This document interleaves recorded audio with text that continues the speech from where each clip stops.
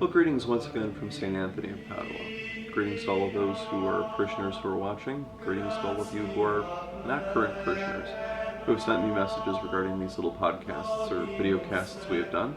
For this particular reflection, I was actually inspired by something I don't usually speak much about.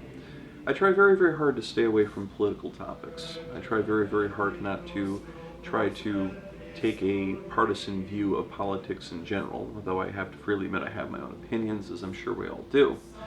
However, one of the things I've noticed is as the national conventions are wrapping up, both of them seem to be littered with speakers of religious backgrounds. We have had priests, we have had consecrated women, we have had religious who have come forth to either lift up invocations or give speeches at our national conventions. And what I found intriguing is that both of them, in a very real way, are trying to gain some sort of moral foothold, to claim the moral high ground, if you will, by their use of these religious figures that are coming out and leading these particular prayers and giving these reflections at these national political conventions. And while I am a big believer in the notion that religion has its role and the state has its role, we should be very, very reluctant to try to cross these roles. At the same time, I also believe that you have to have a moral framework for every human activity, which includes running the state. Separation of church and state is something that is very dear to us as Americans. It is one of our foundational principles. However, I think that the concept of it has been a bit abused, particularly in recent times.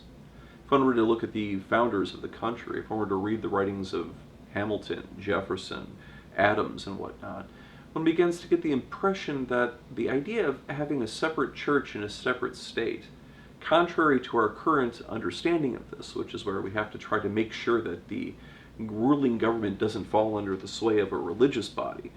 Now, the concern of our founding fathers seemed to be far more to keep the strong arm of the government from trying to dictate to them operations and practices within the religious body itself. Moreover, if one were to be honest, if one looks at the founding fathers, the whole idea of freedom of religion in our country was really primarily envisioned as you can be whatever Protestant denomination you want, as long as it's a Protestant denomination. We have to acknowledge even our existence and our peaceful existence here as Roman Catholics was a bit of a concession given by Americans when it was envisioned, and it was not a concession that they were not a bit uncomfortable with at first. After all, there was the accusation that as long as Catholics held an allegiance to some foreign ruling body, that being Rome and the Holy Father, could we really be faithful Americans? Could we really be patriotic Americans amidst this divided loyalty?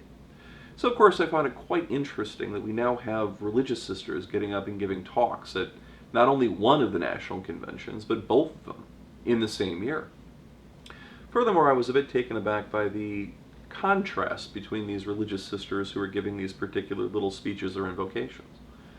Now, you could say laudable things about both of them. One of them got up and gave a particularly stirring invocation in which she invoked the divine spirit, a term that I had to admit I found a bit puzzling. And of course, she prayed that all of us could bring forth order from this chaos, that this chaos could give birth to a new envisionment, an envisionment of who we are as a people and who we are as a society. It was actually a rather charming little invocation. She said we should have a vision in which we care for the environment, in which we care for one another, in which we care for the marginalized, particularly the immigrant, particularly the downtrodden, particularly the poor. In comparison, the other religious sister at the opposite convention got up and gave a brief reflection that was very, very pointed, in which she pointed directly at the notion that we do have an obligation to care and protect those that are on the outskirts of society, those that are marginalized. And after a very brief rendition of her own background and doing this with her own life, even before she entered into religious life, she pointed out that one of the most marginalized and ostracized groups, in fact, the group that could probably be called the most ostracized group in American society, is the unborn. I was reflecting upon this, because what we effectively have here is we have a presentation of competing goods. We are fundamentally being told we can either love the unborn, we can cherish human life, or we can love the poor. We can either welcome the immigrant, or we can defend life within the womb. Now, of course, as a Catholic, particularly one who's in a position of pastoral leadership, I'm advising that we absolutely and unequivocally reject this dichotomy. regardless of where we stand on notions of political parties. I think we can all agree that we want to live in a world in which the air is clean, in which the water is drinkable, in which we know that the environment will be able to sustain human life. Furthermore, I find it very hard to believe I frequently encounter anyone who advocates poverty, who advocates oppression. And look as much as I might around me, I don't look upon my parishioners and feel that they are filled and haunted at the core of their being with some sense of bigotry or hatred toward others, particularly those who are different than they are. Now, I realize that this is a stark worldview that is different from the worldview that some hold. But what I do see is I see grace that is in action within the hearts and minds of the people around us. Yes, there are problems. We know that. Are there individuals who are prejudiced? Yes, there are. Does bigotry exist? Of course it does. Does poverty exist? Of course it does. Are environmental concerns important? Of course they are. But interestingly enough, I don't see anyone giving any form of political platform that says what we need to do is pollute more. What we need to do is oppress the poor more. What we need to do is establish more injustice. No, I think that one of the reasons I have a hard time solving this dichotomy is because there is a group that says we should not protect life. There is a group that says that we should not protect the unborn. In fact, they have gone out of their way to establish this interesting thin red line between individuals who are the subject of rights and protections and those who are not the subjects of rights and protections. And interestingly enough, that thin red line, for the last several decades, in fact all of my adult life that I can remember, has been the umbilical cord. The concept has been echoed over and over again that once that umbilical cord is severed, then suddenly you have a child. Then suddenly you have a subject and a person who is given the full protection and right of law.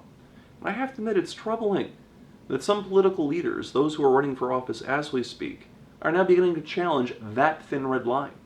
That thin red line that they have held as the sacrosanct line, regardless of whether it was right or wrong, for so many years now, they are fundamentally saying, well, wait a minute. If we attempted to extinguish this life prior to that thin red line being severed, why are we so quick to now say, now it should be protected? Is it any more wanted or desired or loved than it was before that thin red line was severed? If that is the case, then in the case of a botched abortion, for example, what they are fundamentally saying is now we should have a conversation. Discuss with the members of the interested parties that are involved about what should be done. To be quite frank, I think this is an attempt to try to make something sound incredibly compassionate and beautiful that is basically absolute barbarism. We are not discussing whether or not we are going to slaughter a child. This is what we're talking about.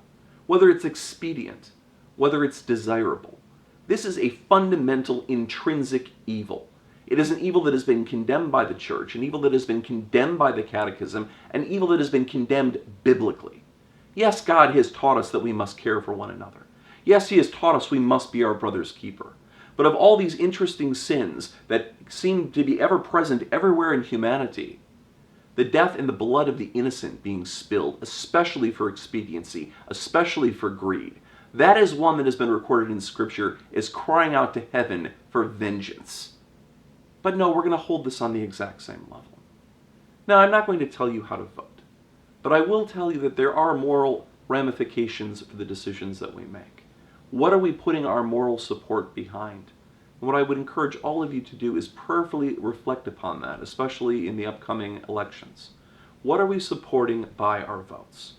Now, hopefully, I hope that we can support a clean environment, that we should look to those who are marginalized, that we should support programs that help people.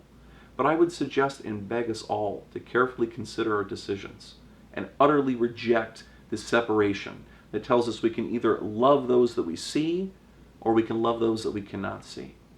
Because the voices of the voiceless, the cry of those who are unable to cry from the womb, those who are unable to picket, those who are unable to riot, those who effectively have little or no representation whatsoever, those who should be part of the next generation, they do deserve our love, they do deserve our compassion, and they do deserve our consideration. Another last point that I thought was interesting is one of the religious sisters said that she was giving this message not simply because she was pro-life, but because she was pro-eternal life. And she said that she was going to give her unquestioned support spiritually with her weapon of choice, the rosary. This really struck me profoundly, because one religious sister was completely focused upon the now, completely focused upon this world, completely focused upon what was tangible and sensible. Not that there's anything wrong with that, but there was a stark contrast when the other pointed to heaven and said she fundamentally felt she had to give this message because she wants us all to be together in heaven. Now, one might argue that this is inappropriate for a political platform, but I find it inexcusable that those who have dedicated themselves to the belief in God, the belief in the transcendent, the belief that every man, woman, and child has an eternal destiny, could not view things in this world from that perspective. That our ultimate aim needs to be the salvation of souls. That our ultimate aim needs to be the care of all, to get them to heaven and to get them there safely, to escape condemnation. This ultimately, I believe, is the epitome of loving our neighbor, the epitome of being my brother's keeper, the epitome of believing in something transcendental, especially when it is that same thing that tells us that we need to be concerned about their temporal well-being. Let us not sacrifice the eternal for the temporal. Let us always bear in mind and beg God to guide us and to guide our nation. We are in very difficult and unstable times right now, my brothers and sisters. Let us not lose focus on the notion that we have to keep our eyes on Christ, or ultimately we will attempt to build a utopia that we cannot sustain. We will attempt to build something on earth that no one has ever been able to succeed in doing, because we have attempted to do it without God and without His benediction. As always, you are in our prayers, and God love you all.